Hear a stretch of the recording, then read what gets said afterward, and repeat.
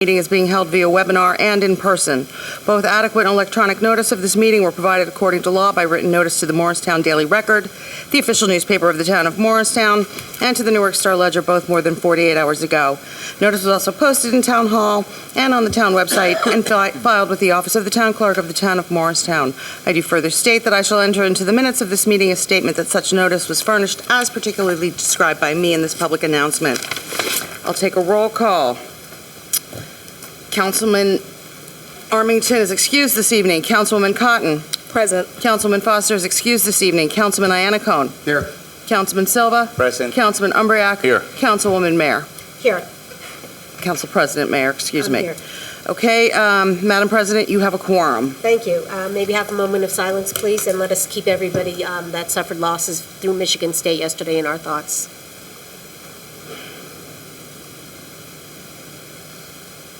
Thank you. Can we stand up for the Pledge of Allegiance? I pledge allegiance to the flag of the United States of America and to the republic for which it stands, one nation, under God, indivisible, with liberty and justice for all. Thank you. I forgot water. For the consent agenda, Margot. Well, before we do that, want to just make the public aware that public comment during the public hearing portions of this meeting will be held both in person and through the Zoom app. At the appropriate time, members of the public wishing to speak should indicate so by raising his or her hand in chambers or in the app. To comment via Zoom, click on the raise your hand icon at the bottom left side of your screen. You may also raise your hand by pressing *9 on your phone. When it's your turn, the moderator will send a signal through the app and ask that you unmute yourself so that you may be heard.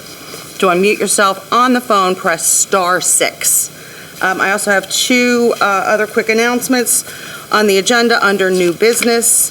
The 5K race routes will be pushed to the January 28th meeting agenda. February. I'm going backwards in time. And then also, if I could just make a quick amendment to Resolution R-39-2023. In the first, now therefore be it resolved, paragraph, line 2, being the governing body thereof, that it says building demolition at Overlook Road Pump House. That is now changed to that the Columba Street Drainage Improvements Project be awarded. So it was just a typographical error that I wanted to Thank you. let everybody know about. Okay, so for the consent agenda, I'm going to separate out at least item number 1. Would any members of council like to discuss 2 or 3 separately? Okay. Consent agenda item number 1, approval of minutes, January 24, 2023, Town Council regular meeting. May I have a motion to adopt consent agenda item number 1? I'll make a motion to adopt consent agenda item number 1. A second. Okay. On item number 1, Councilwoman Cotton. Yes. Councilman Iannacone. Yes. Councilman Silva. Abstain. Councilman Umbriac. Yes. And Council President Mayer. Yes. On the adoption of consent agendas, item numbers 2 and 3, may I have a motion? I'll make a motion to adopt consent agenda items numbers 2 and 3. And I'll second. Okay. On that motion, Councilwoman Cotton. Yes. Councilman Iannacone. Yes. Councilman Silva. Yes. Councilman Umbriac. Yes. Council President Mayer. Yes. Okay. At this time, I will now open the floor for a public hearing, we have a presentation prior to the public hearing. Ms. Barrick, if you'd like to take over.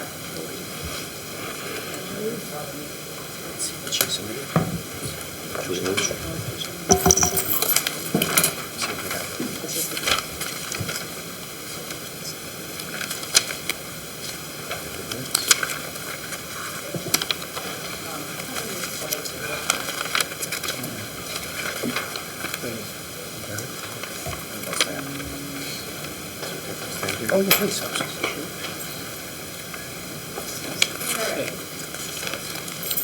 Duties are assigned. Oh, it's 23 minutes.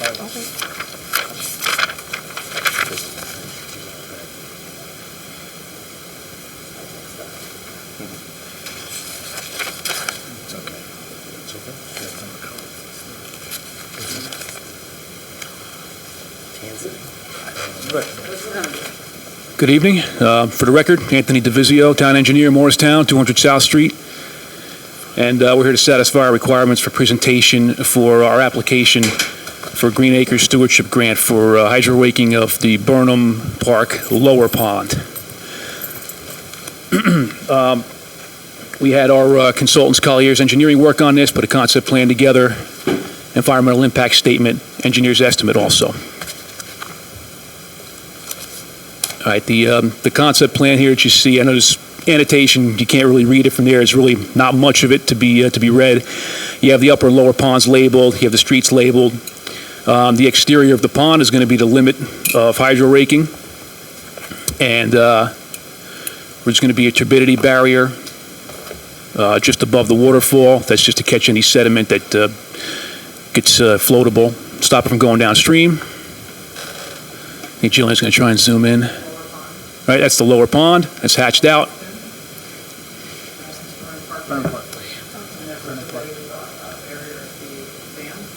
Yeah, just above the dam, yep. And then a little bit below that, Jillian, the black rectangle, that's on the south side of the lake. That's going to be the only area of disturbance outside of the water area. That'll be a stabilized construction access, which basically amounts to some 3-inch road stone that the contractors will deposit on the ground. Probably about 40 feet in width, going from the edge of the water out to as close to the road as we can get. That's going to provide them both a stabilized area to function on, so they're not tearing up the subgrade, creating a lot of mud, tracking onto the roadway. And it'll give them the area to launch the hydro rake, launch the barge, and basically operate off of for the duration of the project. I don't know if any of you were recollecting the exercise that we did at Foots Pond, the same type of project, hydro raking. It's going to be pretty much similar to that.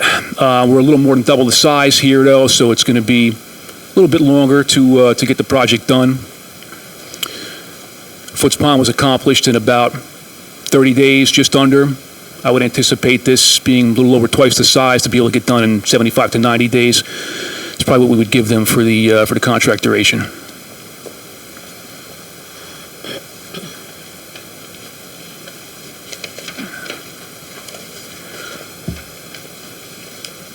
I'll move to the environmental impact statement because again, there's really nothing more to the project than that. They're going to operate off that stone pad, and they're going to use what's called a hydro rake, which is a floatable excavator on pontoons, and remove vegetative debris from the bottom of the lake.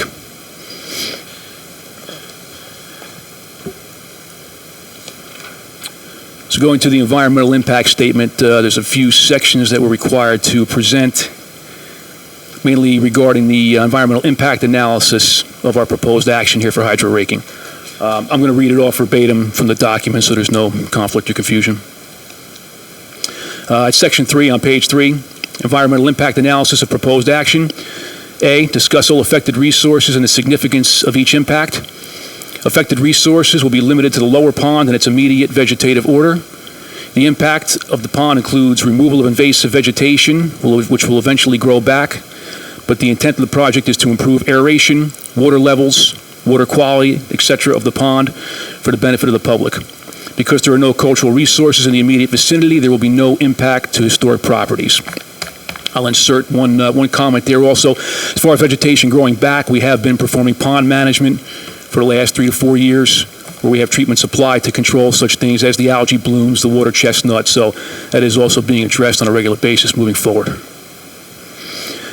B, discuss short-term and long-term project impacts. Short-term impacts will include removal of invasive species within the pond and potential placement of stone paving for vehicle and equipment access that will be removed after project completion, and all areas returned to their pre-disturbance level of maintenance. There are no anticipated adverse long-term project impacts, only efforts to improve water quality, drainage, and public use. C, discuss anticipated increase in recreation and overall use of the site over time. Once the project is complete, it is anticipated there will be increased recreation, including fishing, boating, if as allowed, and other water activities, and thus more overall use of the park by the public. D, identify adjacent environmental features that may be affected by the proposal. No adjacent environmental features will be affected by the project. Going to the next page, list any permits required for the project and a brief status. No permitting is required for the proposed project. DEP regulates dredging, they do not regulate hydro raking. There is no National Heritage Data Request forms. Discuss if and how the project may be impacted by sea level rise and any related design considerations. That's not applicable. And then skipping to item 5, mitigating measures. As no adverse impacts are anticipated, there are no needed mitigation measures for this project. So, to sum it up, operations are going to be confined largely to within the pond basin itself. The only disturbance to land is going to be on that stabilized construction access that was mentioned prior. We're going to aim to keep that under the 5,000 square foot threshold that triggers moderation and permitting by the Morris County Soil Conservation District. And upon completion of that project, that stone path, or stone staging area, is going to be removed and all disturbed areas restored to their pre-construction conditions. I know that I know the question's going to come up, so we are applying our engineer's estimate. Let me see, for the project. Engineer's estimate is right at about $2 million. We are limited to, I think it's a $900,000 grant cap, and there's a 50% match required. We plan on pursuing additional grant opportunities to help fund the budget, the balance. That's pretty much it for the presentation on my end. Is there any questions?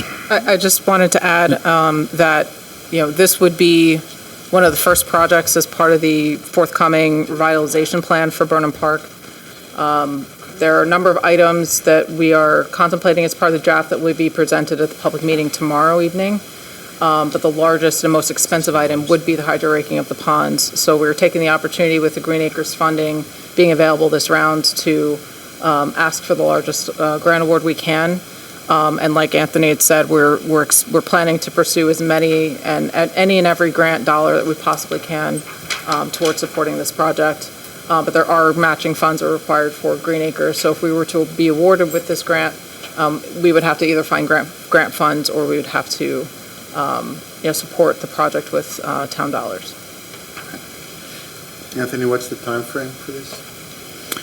Well, that's dependent upon the award timing of Green Acres. We're not 100% sure on when they're going to award this, but I'm going to anticipate, it's not going to be this year. I would say 24. If they award some point in 2023, it's usually a 2-year time to performance, considering some time to get additional grant monies and capital funding in place by towards the end of 24 or possibly end of 25. If I were betting, I'd say 25. Yeah. So how's the health of the pond right now before the hydro raking? It's not bad. They stock it with trout. They still have the fishing derby there, so to be able to support trout life, you got to have decent water temperatures there and some decent depths. But there's still a multitude of debris in there as far as vegetative debris. I'm sure we've all noticed the algae blooms and whatnot, and the vegetation starts choking it out in the summertime. So we're anticipating that there would be equivalent depth of vegetative debris to that was in Foots Pond. It's probably at least a couple of feet or more. We're going to have that quantified better, though, through some probing and some other exploratory measurements to get ourselves some contour and sediment depth information, really nail down how much debris we're looking at. What was the price of the Foots Pond hydro raking? $342,000. So this one is like, Well, Substantially more expensive. Right. So there's a couple of reasons why. You want to jump in? oh yeah, I was prepared for all. Yeah, no problem. It's the money question. I knew it was going to come up, so I got the numbers. The numbers I got down: $342,000 for Foots Pond. Foots Pond was also about 1.5 acres in area, and Burnham Lower is 4 acres. So we're looking at around 2.5 times the size. Also with Foots Pond being a lot smaller project and us having some room at the Lake Road Recycling Center, we were able to have that material trucked to the Lake Road Recycling Center, where it can be mixed with mulch and used for compost and other gardening activities. We don't have the room for that at the Lake Road facility now, especially for a project of this size, so it's going to have to get trucked to Morris County MUA. So we have additional trucking fees, plus we have the disposal fee, And then now we're dealing with inflation and increased fuel costs that we did not have when we did this project at Foots Pond in October 2020.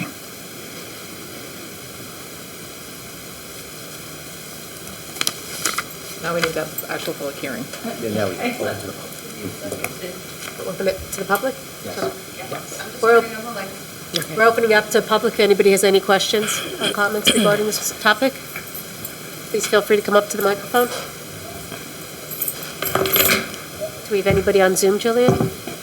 I don't see any hands raised on Zoom for the public hearing for the Green Acres program. Close this number of public hearing. Thank you, Anthony. It was a wonderful presentation. Thank you. Appreciate it. Thank you.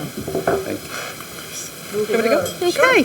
At this time, I will open the floor for a public hearing on Sioux Falls Health Center fiscal year 2023 CDBG applications, safety and systems improvements. Does anyone, or would you like to come up and speak first? Welcome. Good evening, everyone. I'm Shade Cronin. I am the Foundation Director from Sioux Falls Health for Atno Avenue in Morristown. Thank you for consideration of our project on the agenda tonight. I just wanted to take a moment to share a little bit of an update about Sioux Falls Health. I know our previous CEO, Eva Turbiner, has been here many times with our CDBG applications. Eva has retired as of the end of January, and we have a new CEO, Fran Palm, who was our COO previously, so she is now at the head of the organization. So just to share a little bit of an update, since we haven't been here since before the pandemic, Sioux Falls serves close to 10,000 patients in our Morristown office at Atno Avenue. About half of those patients actually live in the 07960 zip code. The others come from surrounding towns and communities. We provide critical safety net primary health care, dental care, and behavioral health to the community. We partner with many of the other local social service agencies, Homeless Solutions, the Soup Kitchen. We partner with the schools quite a bit, with the local public housing sites as well. We did extensive work during the pandemic with testing and vaccination, and we're very proud to have vaccinated the first responders here in Morristown, both the police department and the fire department. We were really thrilled and proud to be able to work with them. And we are working now on some renovations of our building at 4 Atno Ave. We do own that building now. That happened at some point during the pandemic, again, since we were here previously. So we do own that building now. And are working to start some renovations on that project, which will be included in the CDBG application. So again, thank you. I'm happy to answer any questions about Sioux Falls if I can. God bless you. Bless you. Thank you. Thank you for coming out. Thank you. Thank you. Are there any members of the public wishing to speak regarding Sioux Falls application? Jillian, is there anyone online? Nope. Okay, I'll close the public hearing on the CDBG application, and at this time, I'll open the floor for a public hearing on any other matter.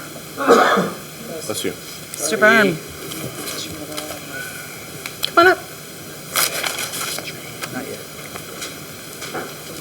She'll call on you when you raise your hand. Good evening. My name is Bill Byrne, and I live at 100 Franklin Street. And I pulled down this mic. Is there, It'll pick it up, Bill. okay.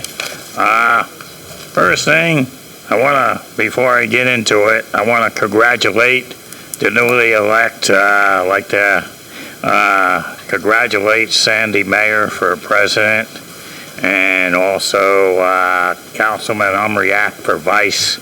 So just like to say a congratulations there. Thank you. And now I've been walking around Morristown, and I've been looking at different things, and one's to do with the dogs. The dogs are going to the bathroom on the sidewalk, okay, and got to do a better job in that area and have an enforcement making sure that they pick up, when the dog goes to the bathroom or whatever, I don't want to say it, but, and, that they gotta be responsible and pick it up, and just throw it in a trash can or something, because it's really not right.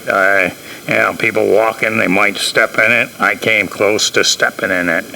And so we got to do a better job in that area.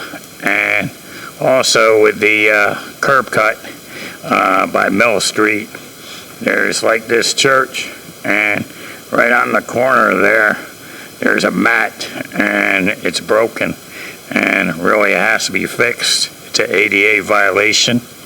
And also on the other side where they fix those gas pipes underneath or whatever, well, there's a curb cut there, but there's a gap between the curb cut and that. Somebody's going down in a wheelchair, they're going to get stuck in there. And so that has to be, you got to put like asphalt or something to cover it, making sure that it's covered. So when they come down in a wheelchair, that it's safe to do so. Thank you. Thank you. Is there anybody else who'd like to come up and speak?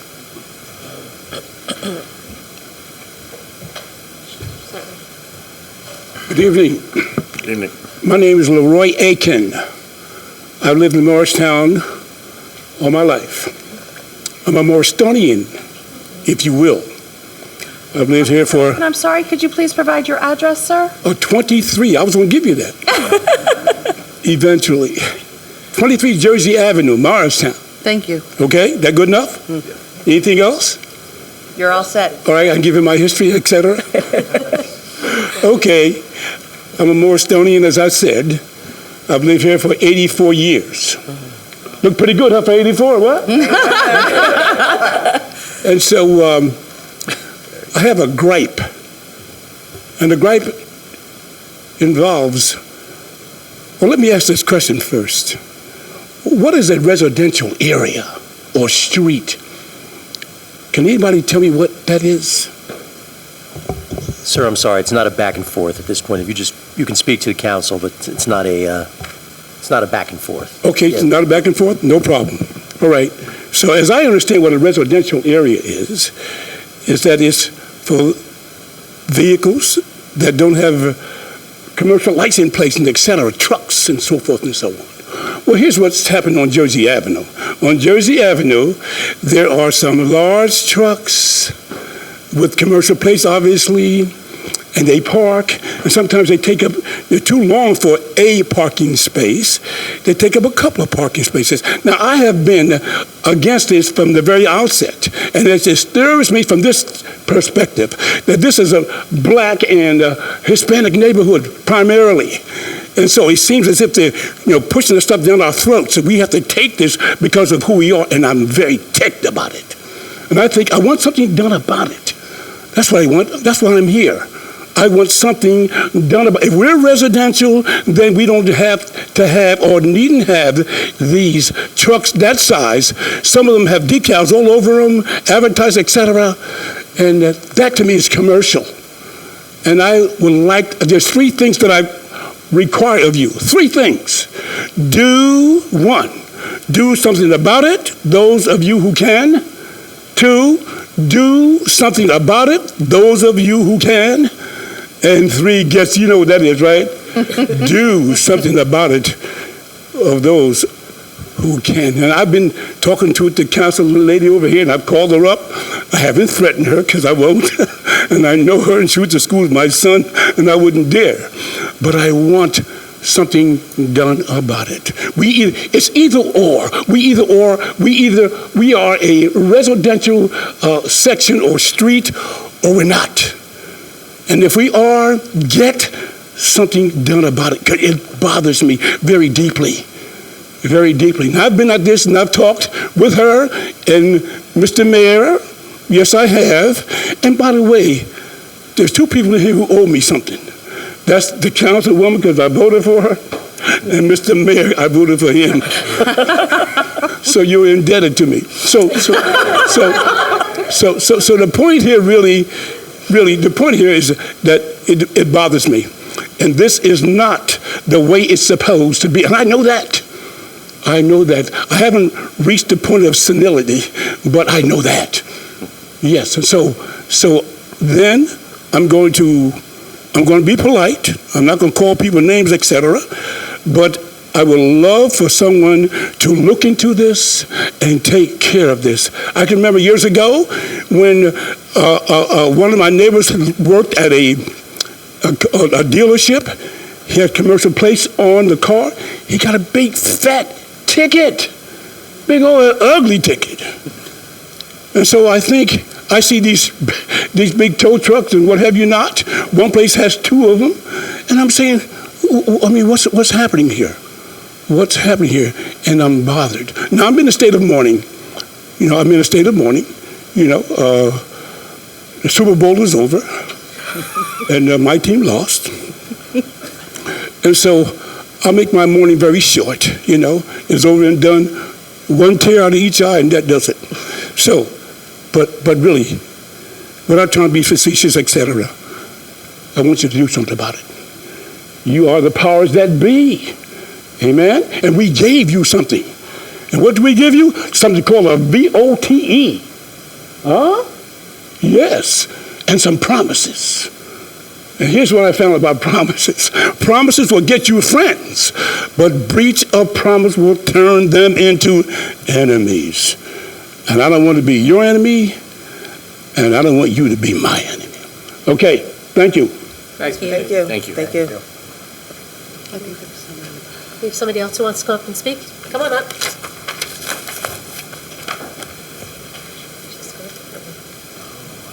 Hi, good evening. I'm Leslie Raff. I live at 3 Georgian Road in town. And I have a concern about something that happened very close within feet of my property line without being notified. This happened a week ago.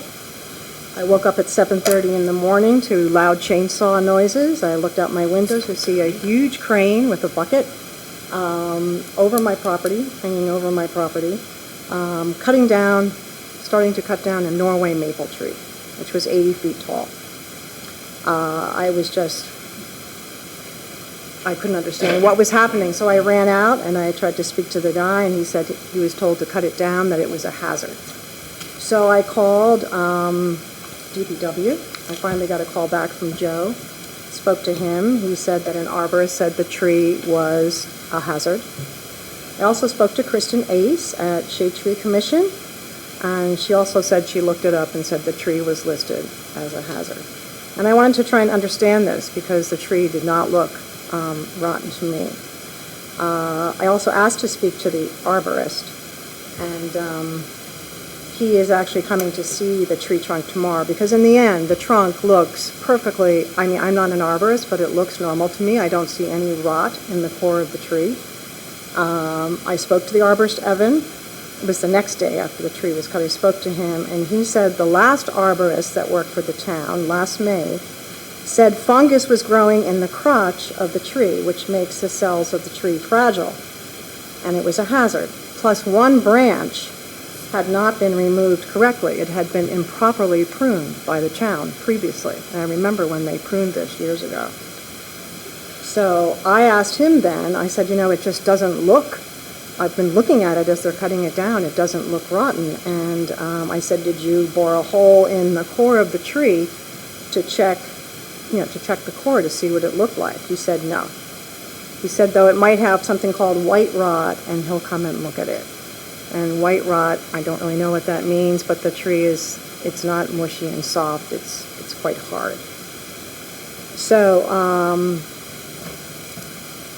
also, Shade Tree Commission told me that big trees, which are defined by 15 inches or larger, mine was 36 inches in diameter and very tall, plus the canopy was alive at the time. At least it was alive last spring and summer, and then leaves fell in the fall. That there should be a conversation between the town and the Shade Tree Commission. But then afterwards told me there didn't need to be a conversation because an arborist had deemed it a hazard. I really believe that this might have been a grave misjudgment to cut the tree down, on the behalf of who looked at it. I'm really concerned. I'm an environmentalist, so I'm very concerned about cutting a healthy canopy tree. We shouldn't be doing this, because each major canopy tree of 25 inches in diameter, mine was 36, does the work of 189 smaller trees to clean and oxygenate our air, give us shade, beauty, prevent soil erosion, flooding, and also they sequester more carbon dioxide, the big trees, than the small ones can possibly can. And it would take 189 new trees and a wait of decades to retrieve these lost benefits. So they're a great asset. These big trees are a great asset to the health of our community, our planet. They're invaluable. I understand that the mistake cannot be rectified, but I just hope that we look into this and make sure it doesn't happen again. You know, if I had looked at it and I saw that it looked like it was rotten, you know, I wouldn't be concerned about it, other than I think you should have notified me ahead of time that this was going to happen, because there was a huge crane, because most of the tree overhung my property. It was right at the easement of the street, and my property was literally property line a foot away. So it's a big crane over the airspace of my property for 7 hours. This took 7 hours to cut this tree down. So I think I should have been notified ahead of time, and I'd like that to be looked into because of the proximity to my property and my house. And I just don't want this to happen again. I've lived on this property almost all my life, except for 10 years, so that's 60 years. And I'd like it to be looked into. Thank you. Thank you.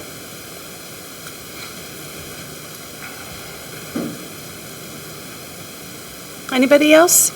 Is anyone online? Okay, at this time I will close the public hearing. So we'll have council response to public hearing. Start. Sure. Oh, yes. I'd like to thank Mr. Aiken for coming out tonight and expressing his concerns. And I have talked to him, and he has concerns as well as the other residents who live on that street. And one of them was basically how to identify, because I've rode down the street, and some of them don't always have that commercial vehicle tag. And so how would that be deemed a commercial vehicle? I mean, outside of seeing ladders on a vehicle. But there are some concerns about the overnight parking of these vehicles. And then, well, I mean, our seniors aren't going to stay up trying to catch, the vehicle there. So the question was basically if there was someone assigned, like an officer who was assigned to that section of Morristown who drives through that street at night, to hand out some type of summons or ticket to these offenders who are parking their vehicles overnight on this particular street. So I'd like to kind of look into that, just to give him and the community some answers regarding those concerns, and what else can be done to deter these large vehicles taking out parking on the street, because as he stated, it is a residential street. So, but he left, so I'll get back to him. But what we did do is, if everybody remembers, a few years ago, we actually did pass some ordinances that did prohibit commercial vehicles in residential areas. It is a matter of enforcement, but I think also in the same line, I think the public has to be aware that when they see these commercial vehicles, they should help out enforcement by calling the police and letting the police know. And then they can go out there during real time and ticket the vehicle and find the vehicle. And I think it's important for the public to know that. Maybe there's one other thing we should look at, though, because, times are tough. And a lot of people are, working hard, and we have a very diverse community, and people need to make a living. And I'm wondering if we shouldn't also be doing some exploration in town to see, is there something we can do to help the people that have these commercial vehicles? A lot of people more and more are all working out of their home. They're trying to get by. They've got their own businesses. A lot of them are new people to this country that are just getting started.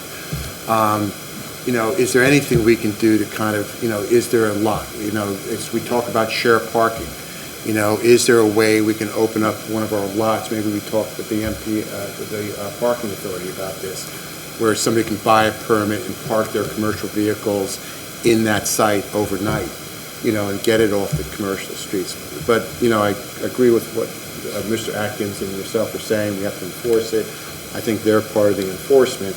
But along those lines, maybe, we hear this time and time again, and maybe we have to step up and try to, find a solution for these people that are just trying to make a living.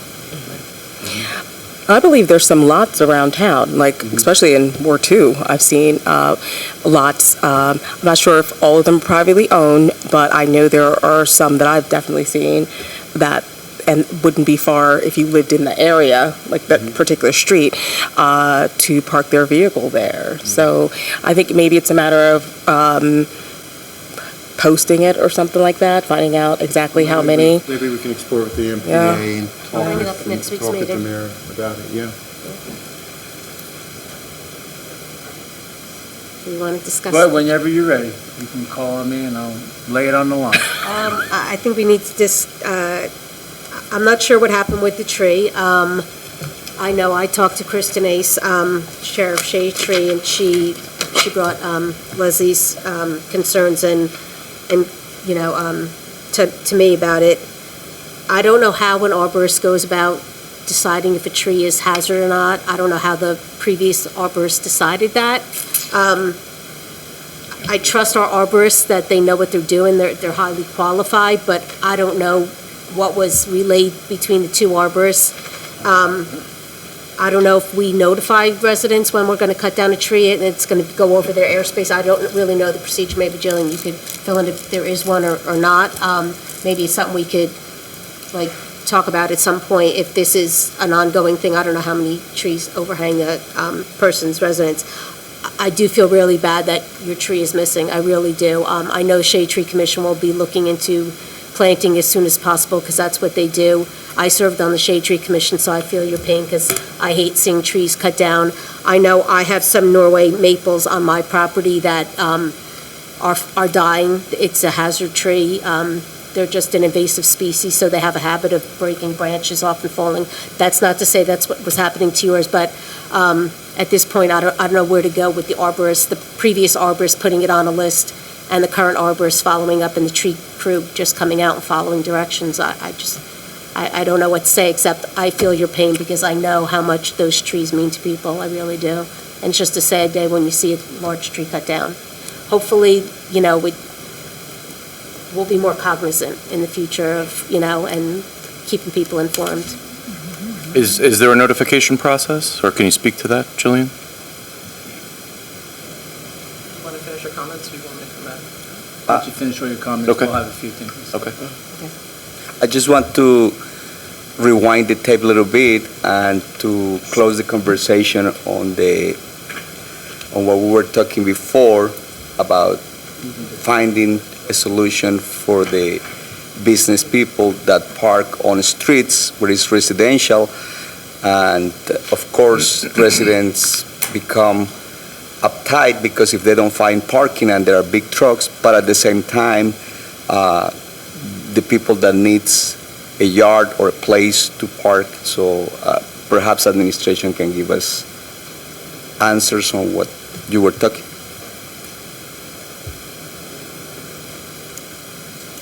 Yeah, you ready? Sure. Sure. Jillian, you want to address the trees first? Sure. So council members, you may recall that the Shade Tree Commission got a grant to complete our 5-year tree inventory. And part of that process is we have an arborist who goes and does an inventory of all the trees in town. And they also identify the condition of each tree, documenting pictures, taking locations and plotting them in a software system. And part of that process resulted in a list of trees that were deemed either poor or hazardous trees. Subsequent to that, our arborists, who we engaged the end of last year, went back through that hazard tree list to verify that the trees are hazardous and needed to be removed. And we've been systematically moving through that process to make sure that those hazard trees are removed. We're actually at the tail end of that, if not yet done, really they're at the tail end, so really only less than a handful of trees are remaining that have not been removed from that list.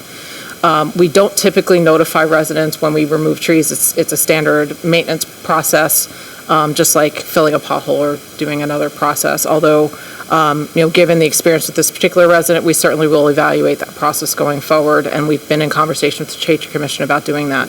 But like I said, we've gone through the systematic list, and we've been systematically removing those trees to ensure that we don't have any hazardous trees, threatening the lives of any of our residents or property damage. And so we are at the tail end of that process, and thankfully we have avoided any sort of major catastrophe.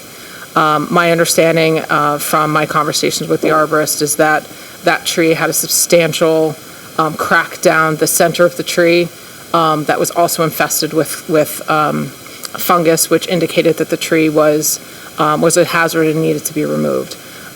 You can't necessarily tell the health of a tree by what the core of the tree looks like at the base once you cut it down, because that's only part of how do you evaluate the health of the tree. Even if the tree may look healthy at the base, it may not have been healthy in the branches. I'm certainly not an arborist at all. But from our conversations with our arborists, not just about this, but sort of generally speaking, there's a lot of things that go into evaluating the health of a tree and whether a tree needs to be removed. I certainly am empathetic with this resident about her experience, especially given how large this tree was in front of her house. And like I said, we will certainly evaluate the notification process in the future, particularly for trees of this size. And I do understand that the Shade Tree Commission has this location as well as others where we're removing the trees slated for replanting. Can I make a suggestion? Maybe when the arborist is going out to evaluate it and it comes up that it's almost time to cut it, maybe we just stick a notice, the arborist can stick a notice in the mailbox saying, right, if you have concerns or questions, please feel free to reach out to me by email, because he's only here once a week. Right. And then at least they'll know what's happening with it. But We'll evaluate it. like I said, we'll evaluate that process, and we'll make sure Thank that our residents are aware in the future. All right.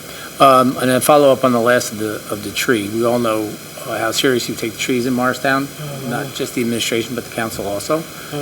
We clearly have a chairwoman who takes trees about as serious as you can get in any community, and we probably have one of the top, if not the top, Shade Tree Commission in the state. Really, really very proactive. However, the resident has requested a report. I'll make sure you get that report. I'll make sure the council gets the report of everything that was wrong with that tree and why it was taken down. And I know how difficult it is to lose large trees. I've lost a few on my property over the years that were bigger than those. And two were because of hurricanes. So that's the best.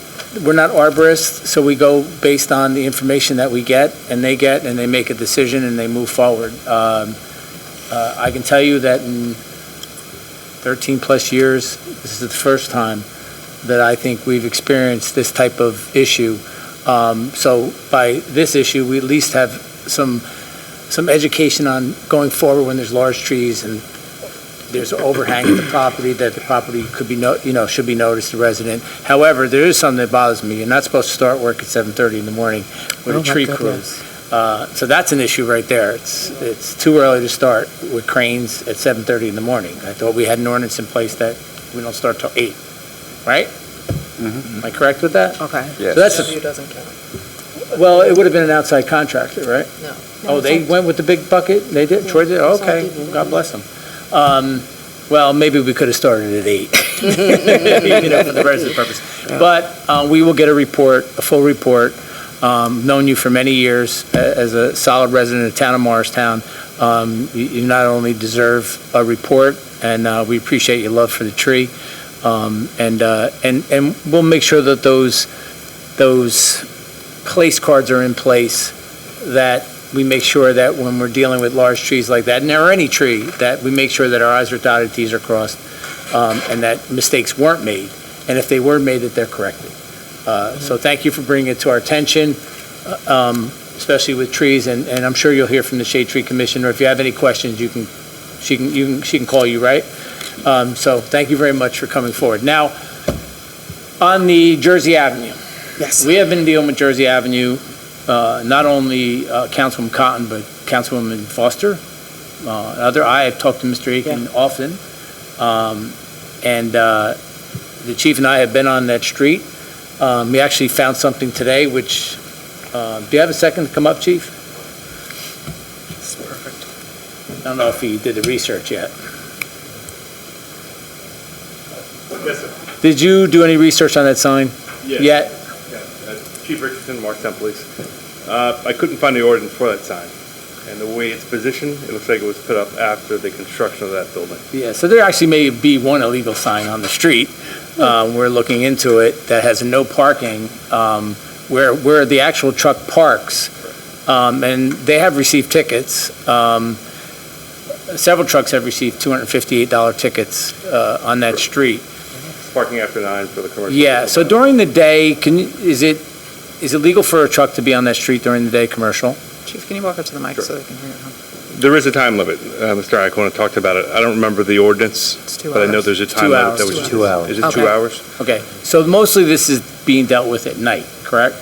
Right. Yes. So we were up and down this property several times, the street. I've gone slow. Chief's been up there. We've met up there. And the driveways are deep on the left-hand side going be west. And you do see pickup trucks. And you do see working trucks. Most are non-commercial plates. They don't have signs on their trucks, et cetera, et cetera. So I had the lawyer look up what actually is the law when dealing with a truck like that. So he's going to read something to educate the council on and what the police department can do and look for at night if there's a lot of trucks in the neighborhood. Certainly, thank you, Mayor. So just as a baseline, 6 a.m. to 9 p.m., no commercial vehicles are allowed on any municipal street, but for 2 hours. So everybody gets 2 hours under the local ordinance.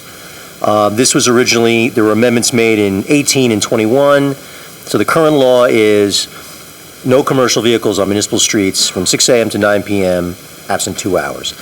Now, what is a commercial vehicle? It's not just commercial plates.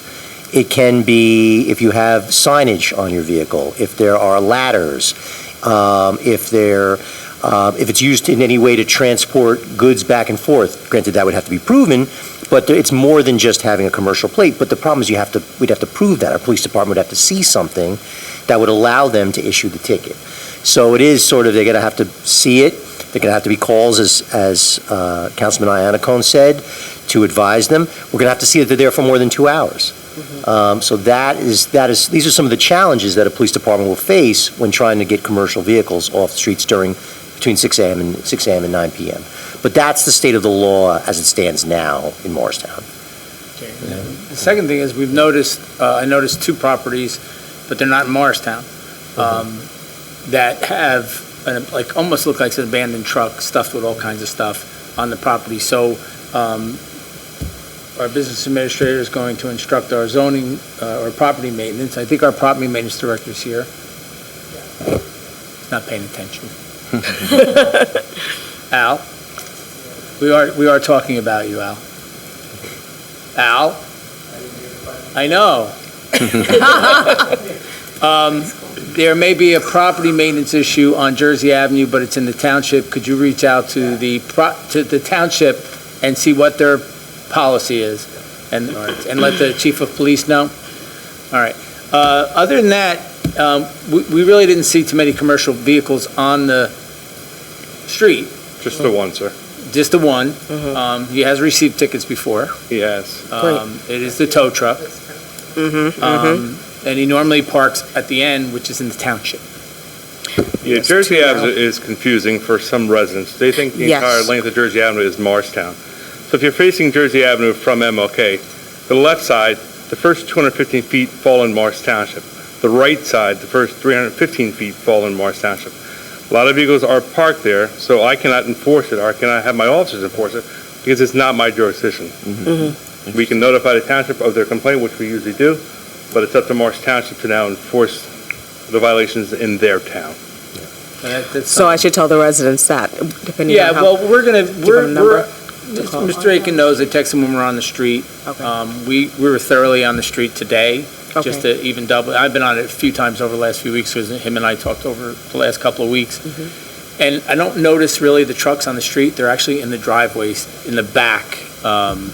And clearly, I don't know, I'm not gonna walk on the property. I don't have the right to walk on their property, to see if they're using a truck and why would I? So my question is going to be to the town attorney. What is the process to either through education or through working with the town on, maybe they don't, there is a segment of workers that don't know they have to go to DMV and switch their plates to commercial. And then they would have to find a better place to park. And I'll give you an example. Tow truck doesn't park there at night. It does not. It's not there at night, because it knows after 9 o'clock at night it can't be there. So it finds a place to park that's commercial trucks allowed. Because there's no commercial trucks between 9 and at night. And 6 a.m. 6 a.m. Right. So that's the first thing. Does the township have the same rules that we do? I don't know. Do you know? We'll find out. Yeah.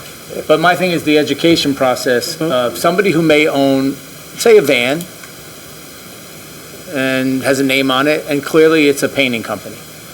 Got ladders on the top, but it doesn't have commercial plates. Theoretically, it is a commercial truck because it's used as a business. That doesn't mean that people know that they're supposed to switch over. They bought a van. No, now they're going to be in business, that they really should have a commercial plate on the truck. I don't know what the law is or what we can enforce, but that's what I'm going to have the lawyer research what other municipalities have done. I'm sure that we're not the only municipality to deal with this issue with commercial vehicles. But believe me, the police have issued tickets on that street, and they're not cheap tickets. How much is a ticket? $258. It's not a cheap ticket, and they have issued them. So they are, and they periodically, there's a tour that they're always going through that street X amount of times a night, right? Correct. So they are looking, but Mr. Aiken has a valid issue, because sometimes they do. And if it's not a commercial plate, I don't think, and it doesn't look like it's being used as, it's just a pickup truck, but maybe you live in the neighborhood, you know it's being used as a commercial truck, you can't really, what can you do? Nothing. It's got a regular license plate, and if it goes to the home that's there, they're allowed to park there. But what you're looking at is broadening the definition of a commercial vehicle. I'm going to have him look at it. Look at it, and then, Yeah. but along those same lines, I think that's great, and I think you guys are doing all the right things, it's great. But again, along the same lines, I think we still do hear issues with parking, particularly over in that part of town, where people have congested parking. There's a demand for parking because of multifamily dwellings and with multiple people living in these homes, with everybody with a car. Unfortunately, these homes were built during an era when not everybody had a car, you know? But I think looking at, because if we start to kind of give some ease, you know, when we talk about, for example, parking authority, building garages in communities, are we making some of those spots available for the residents to kind of take some cars off the street at night? And also along the same lines, and I think this is worth talking to the parking authority about, is do we create like a night commercial lot? You know, a lot of people, they're running their businesses out of their home, and it's totally legitimate, and it's very admirable, and they're working hard. See what we can do, because we're a good town. You know, we all care about each other. Let's see what we can do, like Pastor Silver's saying, what can we do to kind of create some resource for folks? I'm just going to correct Mr. Iannacone on one issue, which I don't usually do, because I don't like to go head-to-head with him. It's a great town. It's a great town. Yeah, very rarely do I get to get one in there, but I got that one. From good to greater. It is, and we're in total agreement, and I went to do the research, and I got to be honest with you, we've been up there, it's not that congested. It is not. It's not. Jersey Avenue is not that congested. But we've had these same complaints Yeah, about but commercial vehicles over on Grand and over on Cologne. I get them on Wetmore Avenue. Yeah. I get them on Wetmore Avenue. Yeah. And you know, you never want to see people have to hardship because they are working with their vehicle. And they're very, you know, people are very entrepreneurish and they start businesses and you know, I mean, I remember Joseph's Landscaping kept moving his truck. Do you remember Joseph's Landscaping? they kept moving their truck. He was a friend of mine, and he had a big company, but he kept moving his truck from street to street because the neighborhoods would complain. I don't know if you remember that, Joseph Landscaping. I know the company. And I felt bad for the guy, but neighborhoods would call and say, no, he's been here more than 2 hours. He'd have to get wherever he was working, stop, go get one of his trucks, move it to another neighborhood. It's really tough sometimes. Because we're a small town, only 2.9 square miles, and it's just not, we don't have expansive areas, like some communities do.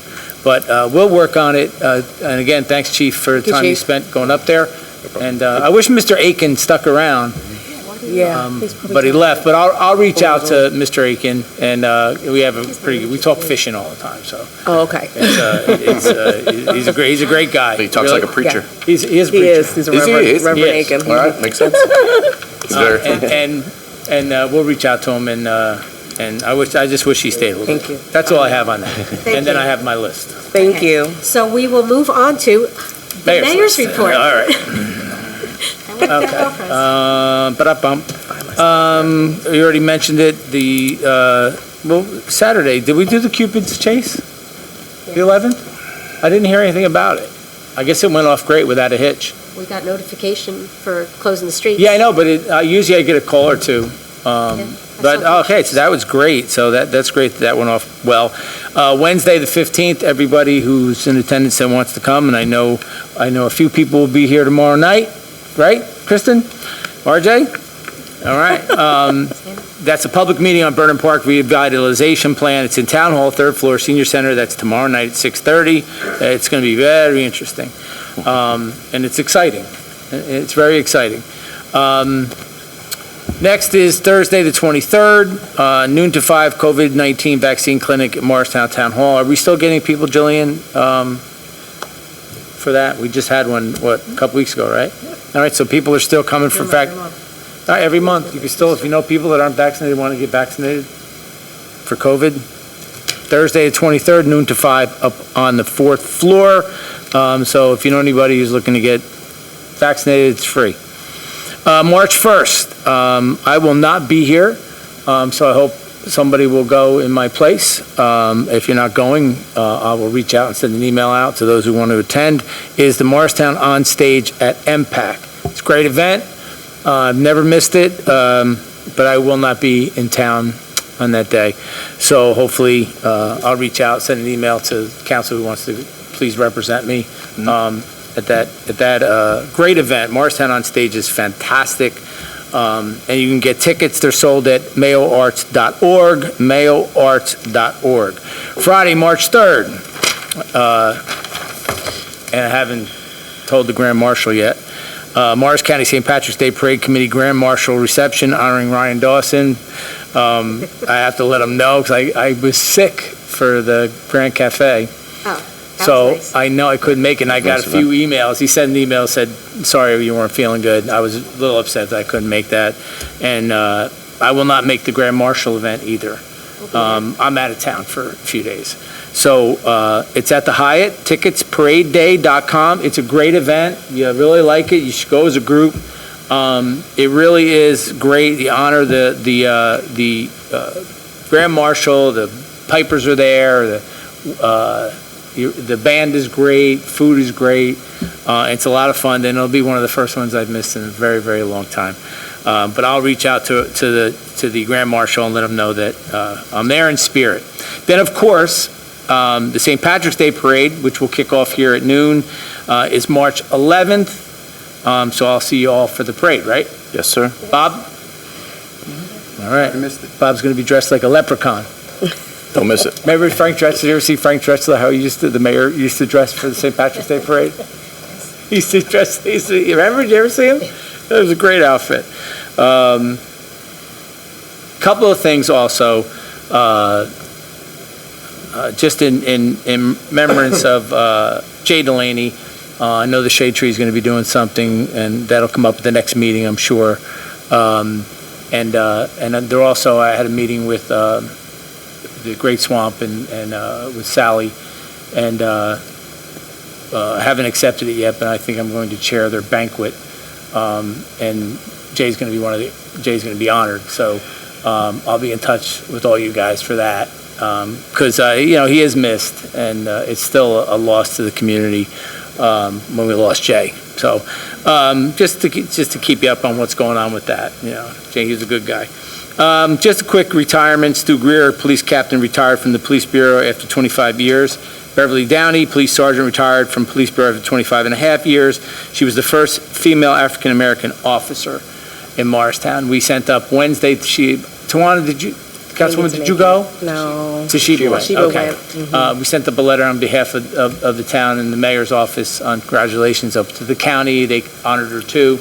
So we sent up a certificate last Wednesday. So that was all good. Do you have anything else I'm missing as I'm blabbing on? No? Nothing? Okay, you're going to see, as you're out and about in Morristown, a number of new police officers. Some training and now some on their own, correct, Chief? Correct. Stop and say hello when you see them. Welcome them to Morristown, introduce yourself. We have a whole slew of new police officers, and they're very excited to be here. It's really refreshing. And we'll have an event upcoming in March, and you'll all be there. Just if you see the new cop, you don't recognize him, introduce yourself, welcome to Morristown, because it all is about the ambassador, being an ambassador to our government, who they work for, and for the citizens, which you all are, that they get that feeling of hospitality and what Morristown's all about. So on that note, thank you very much, and I look forward to your presentation. And your presentation, and that's all I have, Council President. Thank you. We will move on to the Morristown flag proposal. Max, would you like to come up? Hi, so for those of you who don't know me, I'm Max Bellamente, and way back in September, I came here to Town Council with an idea, and that idea was received pretty well. And that idea was to start a contest to see who could design the Morristown flag. And after that, our mayor over here put me in contact with Direct Development, the town's PR firm, and we've been working for a long time, like from September to now. But now, we have like a full plan for how the contest is gonna work. So, it's gonna start with a survey. And the survey is going to ask for like the name and some contact information of the contestants. It's going to ask for the name of the flag that they're submitting. It's going to ask for like a file upload of the flag. And it's going to ask for a paragraph describing the meaning of the flag, like the symbolism they use and stuff. And so we're going to advertise this all around town on social media as well. And it's going to be a situation where the more submissions we get, the better, because we have our selection committee to sort through all the submissions, no matter how many we get, and pick 3 to 5 flags that best represent Morristown's values, while also being aesthetically appealing. And our selection committee is going to consist of Joe Puglisi back here, he's a vexillologist, library executive director, Chad Leena-Weaver back here, and we're also going to ask newly elected council president Sandy Mayer if she would like to be on the selection committee, since we don't have anyone from any of you guys here, so. I'd be honored to be on your selection committee. Thank you. That's great. So, once the 3 to 5 flags are chosen, we are going to send out a second link. It's going to be a link to the vote. And we have a program that can make the vote very secure, as well as the submissions, to ensure that only Morristown residents are submitting entries, only Morristown residents are voting on entries, and of the people who do vote, they only vote one time. And once the vote is compiled, we have our flag.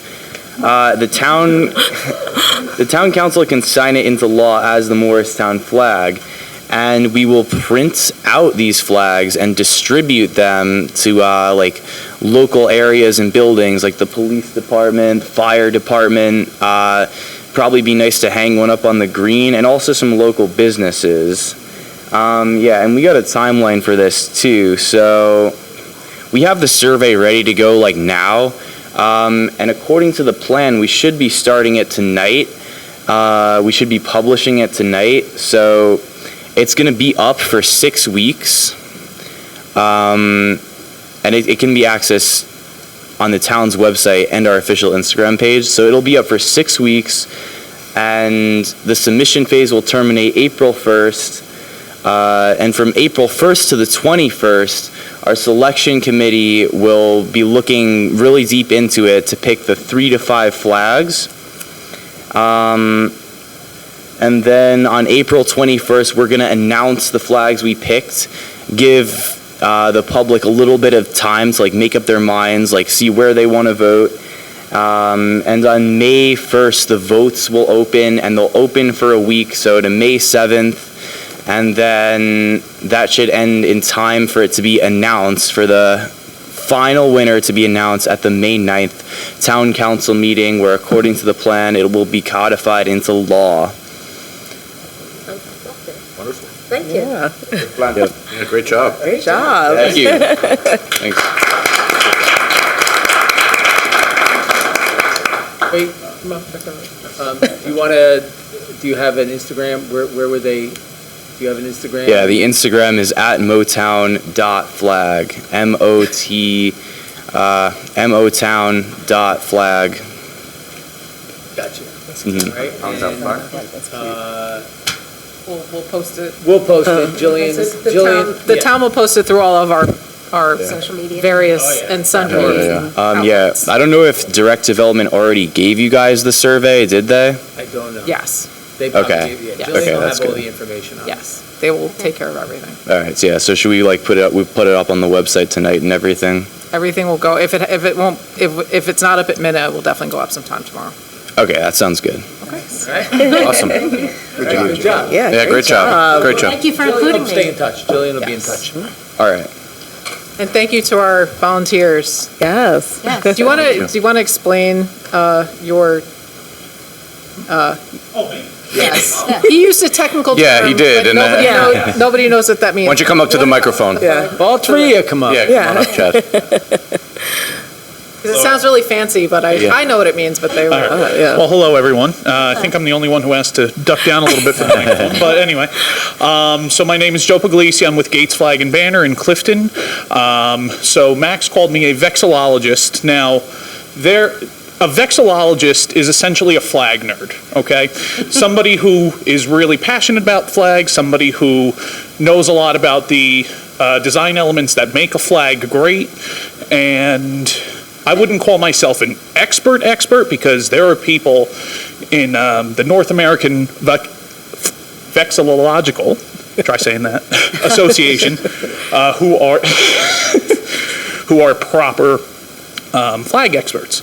And we will be consulting the members of NAVA, getting their feedback as well, so that we have actual expert, solid advice on our 3 to 5 finalists, so that we can get some expert feedback, so that we can take that into consideration as a committee and pick a design from there. Sorry, I'm shaking, but if you have any other questions for me, feel free. In terms of production, if you guys do want to go with Gates, I don't know if you have a flag company, but we can also do that as well. I've assisted probably 24 towns across the country with their flag design contests in terms of actually doing the graphic design work, assisting with the selection committees, and of course with actual manufacturing after a winner is chosen. So I do have quite a bit of experience in this.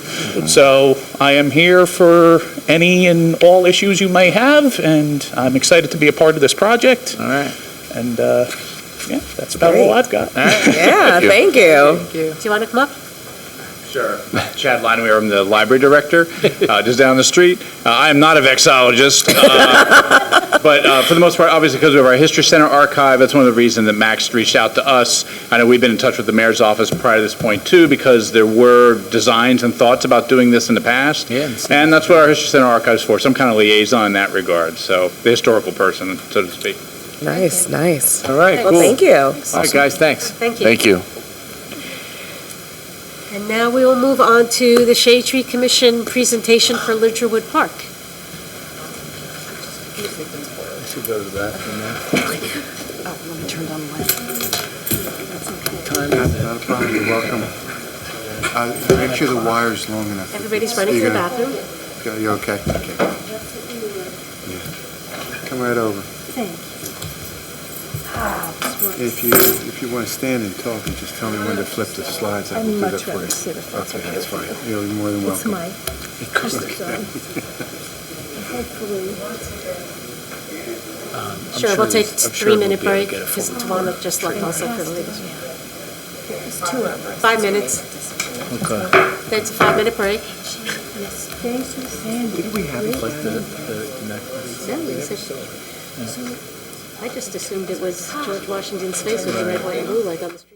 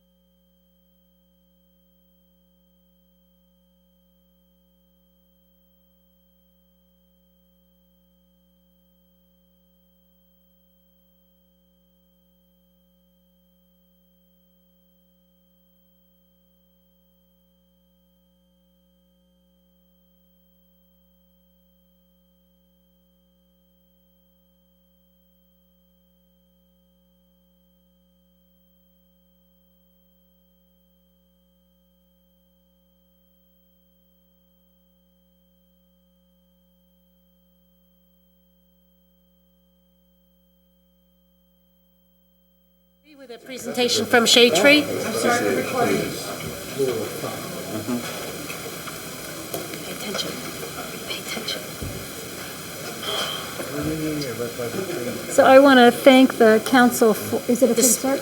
Yeah, go ahead, start, but you have to speak into the microphone. It's Okay, on. It's on. I want to thank everybody for your time tonight. This will Is it on? just be a few minutes. It is on. We're doing some work in Lidgerwood Park, and we wanted you to all know what we're doing. We're kind of calling this from invasive disaster to native habitat.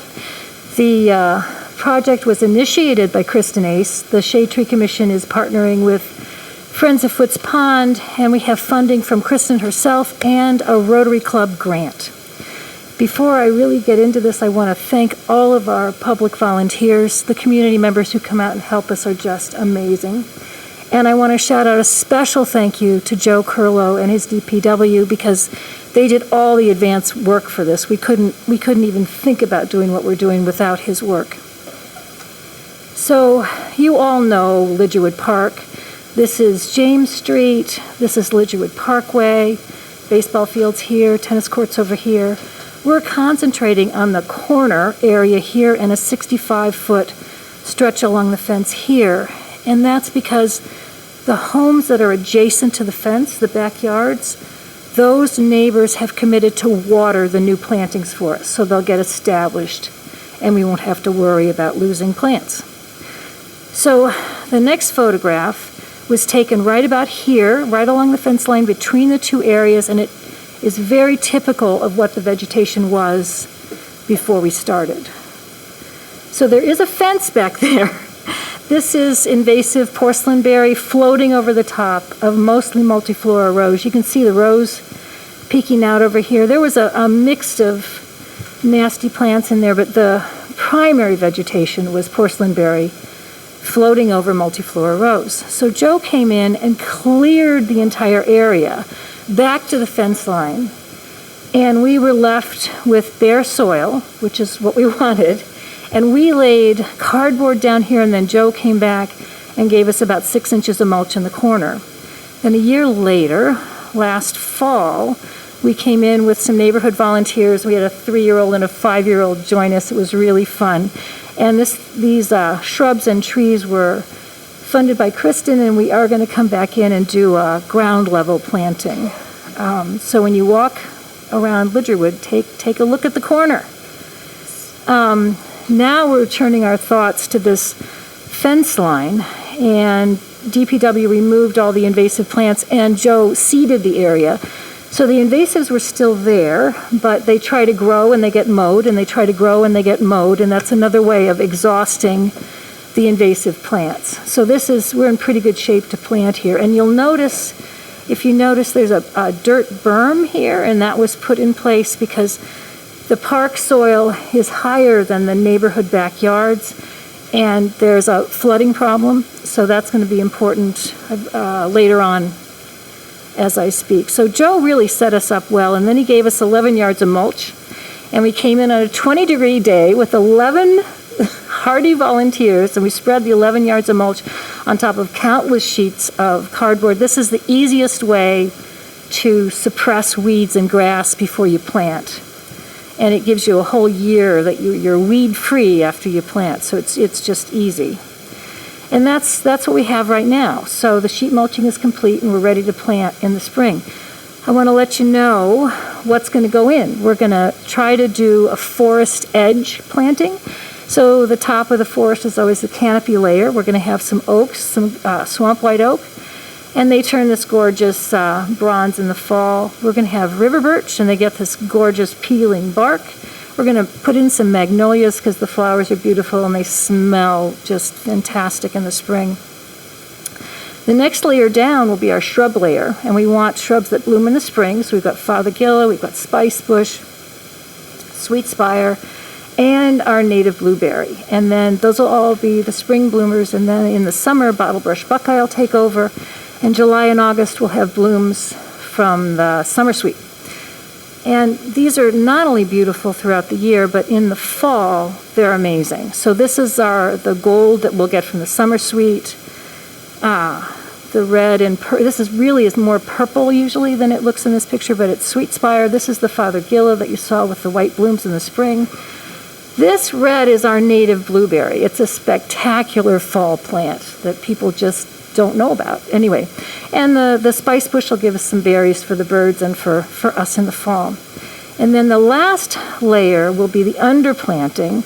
We're aiming for bloom spring to thaw to frost, basically, again. So we've got the golden Alexander, the columbine, the Jacob's ladder, which will bloom in the spring, and then the woodland sunflower and the anemone windflower will take us through the summer, and then to frost, we'll have blue wood aster, which is over here, white wood aster, and wreath goldenrod. So the important thing about these plants on the ground is that they are a safe harbor for insects that need to survive the winter. So I'll talk a little bit more about that in a minute. So I hope I've convinced you in these few slides that the planting is going to be beautiful. After it grows in, it's going to bloom all year long. There are going to be layers of plants and contrasting colors, but there's more to it than making it beautiful for people. The ecological services that we're trying to provide are key to the success of this. We want to provide food and shelter for the wildlife in the park. So I'm going to talk about the famous little chickadee for a moment. 96% of all seed-eating birds need caterpillars to feed their babies. You've seen birds feed their babies. They kind of stuff stuff down their throats. They're not so gentle, but caterpillars are these little superfoods that are full of protein and fat, and they don't hurt the baby birds when they get jammed down their throats. So a little tiny chickadee that weighs like the weight of a quarter or two has to find between 6,000 and 9,000 caterpillars to feed their babies just within a 2-week window to get them from hatch to fledge. And the problem is that those caterpillars only grow on native plants that have evolved here. So the native plants are food for the caterpillars. Caterpillars are food for the baby birds. So if we want birds and if we want butterflies, we need native plants. So the native plants I talked about, the ground layer, it's a place for all these, an oak will support 500 and some odd species of caterpillars, a birch 433. So we've got a lot of food for caterpillars. But they need a place to overwinter. So when it gets cold, they'll pupate or drop to the ground and pupate. And those pupa will live in the leaf litter or in the top layer of the soil all winter long. And if we mow that, if we mulch it in the spring, if we blow all the leaves away, we're killing everybody. So this is a safe harbor so next year we'll have more butterflies. Next year we'll have more caterpillars to feed the birds. And it's very important if we want birds. So the next thing that the native plants will do is they'll help mitigate stormwater runoff. So this is the classic slide. This is your turf grass. The roots are about 4 inches deep. And in the ecological community, turf grass is called green concrete because it will absorb just the very beginning of a rainstorm, and then everything just slides right off the soil or pools and floods. But the native plants, the trees and shrubs as well as the forbs will make a really spongy soil, and a native meadow or healthy forest floor can absorb 14, 18, 20 inches of rainwater an hour. So we're hoping with this planting that it'll mitigate the need for that berm that you saw, and it'll help the soil not be so squishy back there. And anyway, we really appreciate that you're in it with us, and thank you for letting me tell you what we're doing. And Kristen's going to give you more. Hi, I'm Kristen Ace, Chair of the Shade Tree Commission. I just want to say thank you. I know you guys, you're so busy, but you can understand why this is a lot easier for us to show you like this than have Tawana give you a report.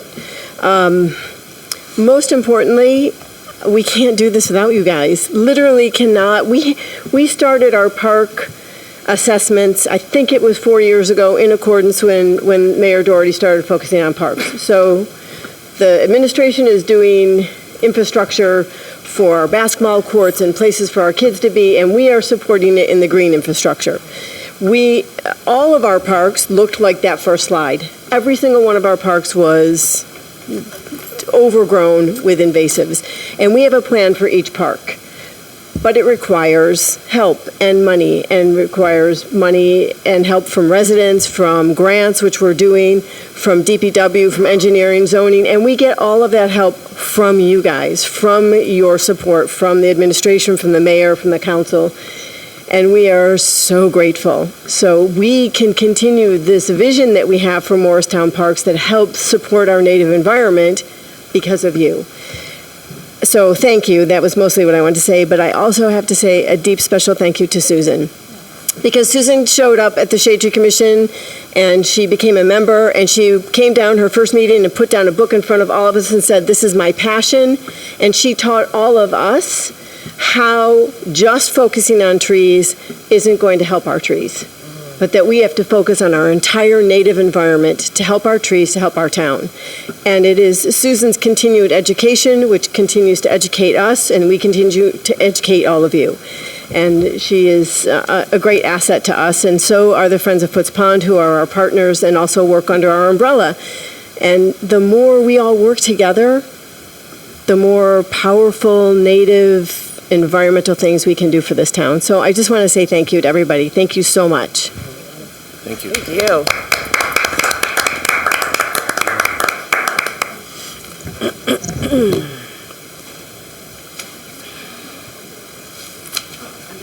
I do want to add, when you saw that cardboard and the mulch being spread out, that was done on the Saturday. That was in single digits. So it was so freezing cold. I lasted 7 minutes out there chatting with them, and I had to bail, and they were there for 2.5 hours. It was horrible. Oh, that's not cold. It was what? That's not cold. So really quick, if I can, Council President. Sure. So Susan and her husband, on behalf of the town, we really appreciate what you do. Kristen, you know how I feel about what you do. But let me give you a little piece of what happened early on at Foots Pond, so you know. So I would get calls, there's these people working down at Foots Pond. Are they supposed to be working down at Foots Pond? I was like, who's down working at Foots Pond? I don't know, these two people are down there. Woman and man are down there. So I said, well, who are they, right? And really, it's a true story. And it would be constant. Like the next week, those people are back. That's what people would say. They don't know, people didn't know who you were and what were you doing down there. Take a look at Foots Pond today.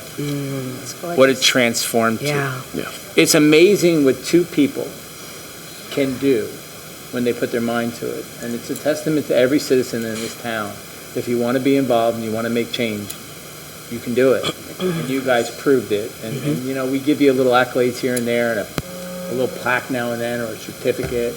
But really what you've done to that area and what you're doing to Ledgewood is really, it's not only honorable, it's historic for the future of our community. Long after I'm gone, long after we're all gone, and long after many generations come to see what you guys have done, because you took an interest in one little place called Foots Pond, and it's just growing. So on behalf of my office and the citizens that I represent, thank you for everything that you do. Thank you. Thank you. Before we move on, I just want to add, if anybody wants to be a member of Foots Pond, Friends of Foots Pond, they have a website. It's beautiful. It's $20 a year. You could show up at their meetings. They're fun little hour-long meetings the second Monday of every month. Their website is absolutely spectacular. If you donate more than $20, you get a beautiful little card in the mail. So it's just a wonderful organization to be a part of. Vacancy on the Shade Tree. What? There's also vacancy on the Shade Tree Commission. There's a vacancy on the Shade Tree Anyone is Commission. I'm interested. looking at this nice lady over here. If anybody would like to join the Shade Tree Commission, wink, wink, nudge, nudge. They're a great group. I was a member for years and just opened my eyes to, I started out not knowing a thing and now I've got to shut up about it. So moving on now. Well, look, before we move on, just really quick, I just want to acknowledge the Landos as well. Something that they haven't shared is that I know that Susan hosts a lot of the children from Thomas Jefferson that is right next door, and John as well. My son, one of the students, and it's just a great experience for the children, the next generation, to learn about invasives, to learn about native plants, the animals, the turtles. They name the turtles, and to be able to walk around and experience everything that Foots Pond has to offer. So, just want to acknowledge that as well, that you're educating, the next generation of environmentalists. And there's fish in there. That's beautiful. Yes.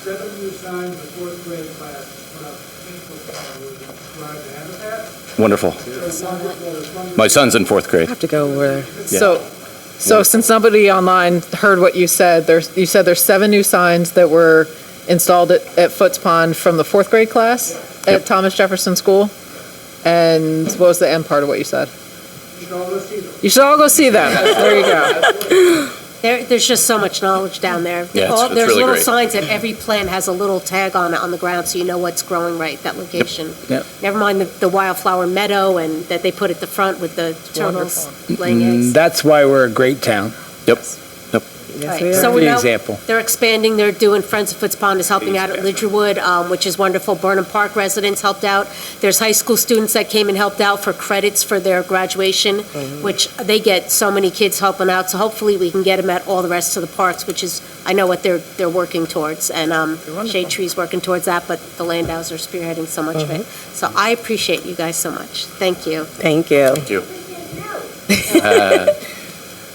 And we're going to move on to council liaison reports. Does anybody have a report? I'm going to go first since, Tawana's gonna go first since we're on Shade Tree tonight. The Shade Tree Commission received a gift of 40 trees from the Arbor Day Foundation through the New Jersey Tree Foundation for Pocahontas Park. This will be with help and coordination of Joe Curlo and the DPW team. Planting and volunteer help will be needed on Wednesday, April 19th at 9 a.m. in celebration of Earth Day. The Shade Tree Commission began some of the Jacob Ford slope restoration work last Saturday. They will be coordinating with Joe Curlo and his DPW team for more prep work before they lay the seeds and mat. Friends of Foots Pond Wood logged over 1,000 hours of volunteer work in 2022. The annual report is available upon request. The Shade Tree Commission logged over 900 volunteer hours in 2022. The Morristown Tree Crew will finish the first round of hazard tree removals this week. The first round were the large caliper hazard trees from the inventory, and all were reviewed by the town arborist. The next removal round will be the medium caliper trees in the spring. The Morristown Tree Crew will begin tree topping and dead tree management in Foots Pond Wood next week. They will be in Foots Pond Wood until the spring rain begins. Thank you. Quick update from the partnership. Morristown Partnership met on Wednesday, February 8th. Our Director of Public Safety, Michael Corcoran, was there, introduced himself to the board. Business discussions included amended sidewalk cafe ordinance and Governor Murphy's proposed state liquor license reform.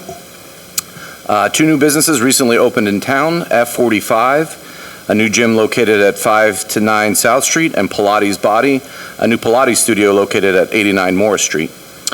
We also have a new restaurant in town that will be opening this week, Central Taqueria, located at 61 South Street. Will have their soft opening this Thursday at 4:30, and the ribbon cutting ceremony on Friday at 3:30. Just another upcoming public event that I just wanted to note was the Presbyterian Church will welcome Dr. Lisa Miller, a New York Times bestselling author, for a free parenting event on Thursday, February 16th at 6:30 p.m. You can register at pcmorristown.org/Miller. Thank you. Morristown Environmental, they haven't had a meeting for lack of quorum, but they're looking forward to new initiatives and looking forward to the townwide cleanups in spring and fall through the Clean Communities Grant. That's all.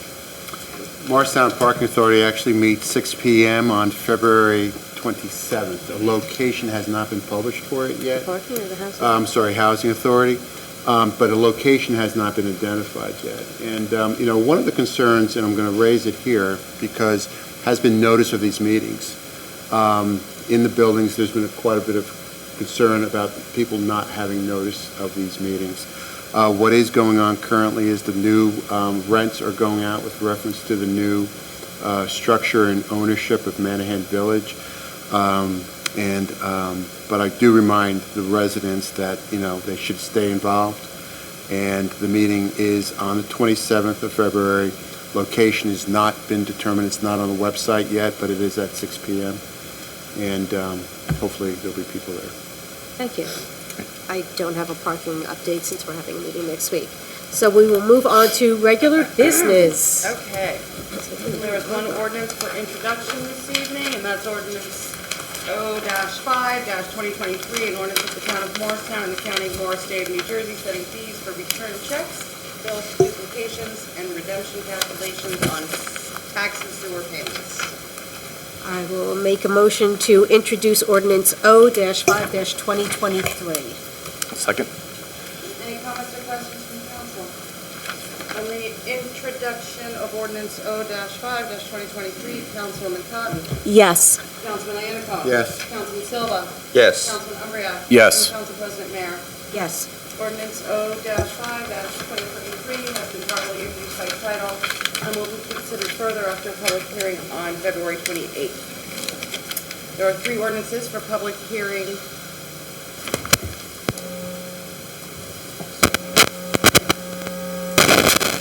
are three ordinances on the agenda for public hearing and adoption.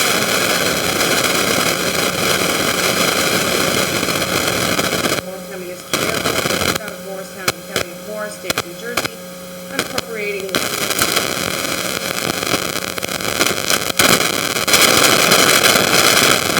2-2023. I'll second. Okay, at this time, I'll open the floor for a public hearing on ordinance O-2-2023. Seeing no comment, hearing no comment, I'll close the public hearing. On the comments or questions from council? On the adoption of ordinance O-2-2023, Councilwoman Cotton. Yes. Councilman Iannacone. Yes. Councilman Silva. Yes. Councilman Umbreak. Yes. Council President Mayor. Yes. Ordinance 2-2023 is adopted. Ordinance number O-3-2023, an ordinance amending and supplementing Chapter 4, Section 5, sidewalk cafes. I'll make a motion to adopt ordinance O-3-2023. I'll second. I'll open the floor for a public hearing on ordinance O-3-2023. Jillian, is there anybody online? No. Okay, hearing no comments, I will close the public hearing. Any comments or questions from council? Just a question or a point of clarification for the public and for the business owners in town. I've asked Margot if she could just provide a little bit of insights into, she had noted in the previous meeting that that Summit's licensing fee was used as a guide, but it was much more beyond that. She did a lot of research into this, and I just want to make sure that the public is aware of all the work that she did. So When I referenced Summit at the last meeting, I was referencing their specific method of tiering. Right. So that was what I emulated when drafting the ordinance. But I did also look at Chatham, Denville, Florham Park, Hoboken, Jersey City, and Madison. And just look at their ordinances, regulations regarding outdoor dining. I found, I could read you the data, but I think some of the salient points for me were some towns don't allow the sidewalk cafe all year round like we do in Morristown other than Parade Day. So there's a lot of opportunity. In February, we're talking straight days. If our restaurateurs had wanted to set up tables, they absolutely could have. There are other fees that some towns impose related to inspections. For example, Jersey City, while larger, it's got a similar sort of downtown area. They charge each licensee $100 per inspection of their outdoor cafes, with a mandatory 2 inspections per season. So, although the initial fee is $225 or $275, there's at least an additional $200 and probably even more considering the amount of inspections that tend to be required based on, I don't want to say complaints, but sometimes the seating areas kind of get spread out, moved around. And so many members of the staff here, we are tasked with going out and responding to any issues that are brought to our attention. And we don't charge for that. So while I know that there were some questions related to the tiering and to the amounts, I feel very confident based on the research that I've done in other towns that it's more than fair, and I think it'll be good for our smaller businesses. And I thank you. Nathan, was there any remaining concern at the partnership with the? There was, I would say, it was a discussion. It was a discussion about the research that was done. Certainly I think that's why I asked Margot to, make sure that the public was aware that it wasn't just Summit that was looked at, it was multiple towns. I think the sidewalk cafes are great. I think they, increase the vibrancy of the downtown. It's great to drive up and down South Street in the summertime and walk up and down South Street in the summertime and see people out, and it's really a great thing. And I think that, Margot definitely did her homework, and hopefully that alleviates some of the concerns or thoughts that people had regarding the basis for this. And if I could just add that I think the sidewalk cafes in Morristown make it more of a destination. Not only do you have the It's not so arts and much, the but things- keep in mind, it's not so much, no one's debating this, but it's the fee that they were concerned about. No one's debating but I think what you're saying is the fee is related to the effort in terms of establishing the sidewalk cafes and the maintenance of the cafes. There was a comment made on. And the fees sound reasonable, so it seems the appropriate thing to do. Right, there was a comment made on a particular website that kind of made a crack about like, oh, how hard can it be? And, just come spend a day in the clerk's office and in the zoning office and all the other parties that go into approving and making sure that it's done in accordance with state regulations, with town regulations. So it does take quite a bit of effort and a lot of man hours. And I believe that they're more than fair based on my research and from experience as to what goes into regulating those cafes.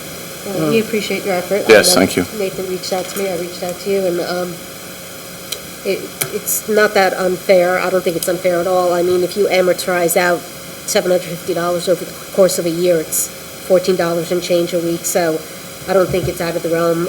It really does bring a vibrancy to the town, and you're not obligated. Nobody's obligated to have an outdoor cafe. It is a choice. So on that, we will move on. Go ahead, Margot, call the question. Okay, on the adoption of ordinance 0-3-2023, Councilwoman Cotton. Yes. Councilman Anacomb. Yes. Councilman Silva. Yes. Councilman Umbreak. Yes. Council President Mayor. Yes. Ordinance 0-3-2023 is adopted. Oh, and I'm sorry if I could add one more thing. Jillian and I did have a conversation that going forward, I know that I guess the businesses felt like off guard or they just weren't informed that we would certainly make more of an effort to do an outreach Thank you. before bringing it to table. Thank you. Okay, sorry. All right, on the, adoption of ordinance 04-2023, an ordinance amending and supplementing the code of the town of Morristown, chapter 7 traffic, section 7-40.2, handicap parking on streets for private residences, to amend the placard number assigned to a dedicated parking space for a resident of 9 Cobb Place. I will make a motion to adopt ordinance O-4-2023. I'll second. I will now open the floor for public hearing on ordinance O-4-2023. Hearing no comments, I'll close the public hearing. Any comments or questions from council? On the adoption of ordinance O-4-2023, Councilwoman Cotton. Yes. Councilman Iannacock. Yes. Councilman Silva. Yes. Councilman Umbreak. Yes. Council President Mayor. Yes. Ordinance 4-2023 is adopted. There are 8 resolutions on the agenda for adoption this evening. Are there any that members of council would like to pull for separate consideration? I want to pull Resolution 36. Are there any others? I would ask for a motion to adopt resolutions numbers 34, 35, and 37 through 41, and must. I will make a motion for that. I will second that motion. Okay, on the adoption of those resolutions, Councilwoman Cotton. Yes. Councilman Anacone. Yes. Councilman Silva. Yes. Councilman Umbreak. Yes. Council President Mayor. Yes. Okay, resolution number R-36-2023, resolution supporting Title VIII of the Civil Rights Act of 1968, Federal Fair Housing Law, and the New Jersey Law Against Discrimination. Can I have a motion to adopt? Yes, I'll make a motion to adopt Resolution R-36-2023. I will second. Councilman Silva? Yes, thank you. I know it's late, but I can't pass this opportunity. When I was preparing for the meeting and I arrived to this resolution, I was surprised in a positive way. And then my question was, who proposed this? But the answer was on the next resolution. And I think it is important because the more abused people here in town in regard to rents are the Hispanics. So I called Margot and I asked her that she needs to translate this in Spanish, since the resolution is by the state law and federal law, and people have to have the information. Hispanics need to have information. Sometimes they don't complain because they don't know. We have spoken years before about education. We haven't done nothing. And many Hispanics are being abused and they don't complain because they don't know the rights. The other thing that I am asking is not only that to be translated, but to be translated in a language that is easy for them to understand. If we translate Google Spaniard, that's not Spanish. So I know Stephanie's helping to translation, but I hope that we use this as a campaign to educate people, in this case, the Hispanic people. Thank you. Thank you.